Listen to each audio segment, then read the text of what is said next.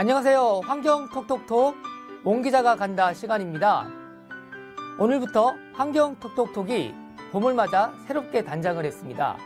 많이들 관심 가져주시고요. 그 첫 해로 페트병에 든 물, 맥주들 많이 사서들 드시지요.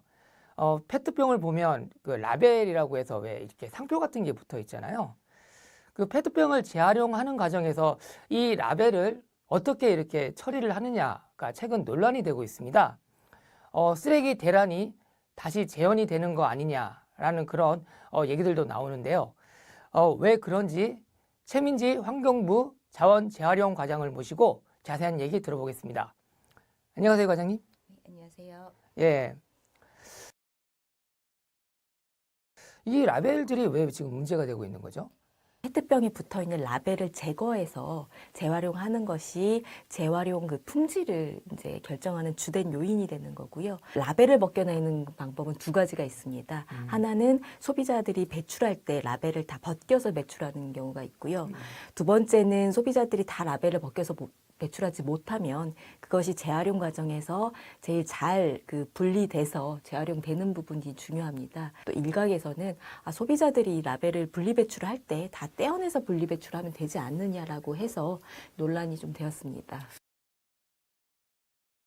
이런 어떤 라벨의 어떤 재활용 등급은 어떻게 매겨지는 거고요? 예, 그 등급 방식 기준은 어떤 건지 좀 설명 좀 해주시죠.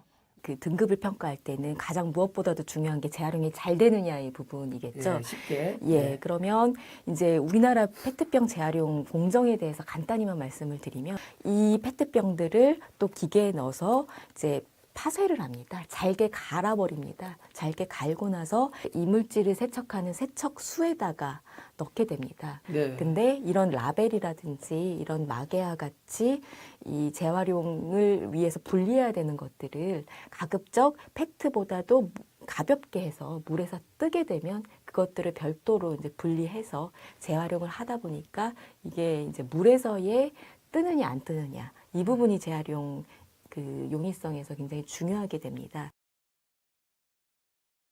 이런 어떤 라벨들이 이렇게 떼냐 아니면 붙어 있냐 이런 것들이 논란이 된다면 이 라벨 자체를 재활용이 가능한 하나의 어떤 페트병의 재질로 생산을 하게 되면은 굳이 뭐 뗐다 붙였다 할 필요도 없고 소비자들 불편도 덜하지 않을까요?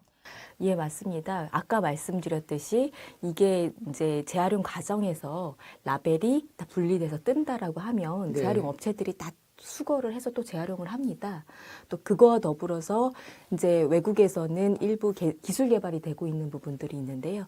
그게 이제 이 페트 안에 그런 인쇄되는 그런 것들이 이제 물에 지워질 수 있도록 하는, 그래서 페트랑 같이 라벨이 이제 물에 들어가게 되면은 잉크라든지 이런 모든 것들이 지워지고 전체적으로 이제 재활용될 수 있는 기술도 지금 개발을 진행 중이라고 알고 있습니다.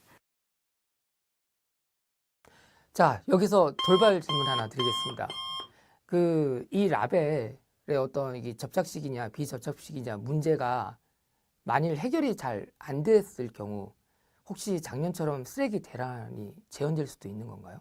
재활용 과정 같은 경우에는 사실 저희는 인프라적 성격이 강하다고 봅니다. 그리고 분리배출은 어떻게 보면 문화고 이제 습관인 경우가 많아서요.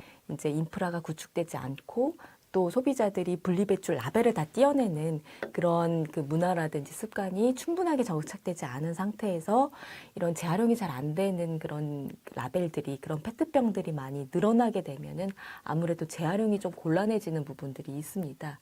이런 페트병은 사서 마실 때는 좋은데요. 이것을 다시 재활용을 하는 그런 어떤 사고 처리를 하는 과정도 매우 중요한 것 같습니다. 쓰레기를 줄이면서 자원 순환을 높이려면 우리도 일상생활에서 재활용을 습관화하는 게 중요한 것 같습니다. 잠시의 불편이 세상을 바꿉니다. 과장님, 소중한 시간 내주셔서 감사합니다. 네, 감사합니다. 궁금해하는 환경 이슈 바로 지금 유튜브에 댓글로 달아주세요. 다음 주에 답변해 드리겠습니다.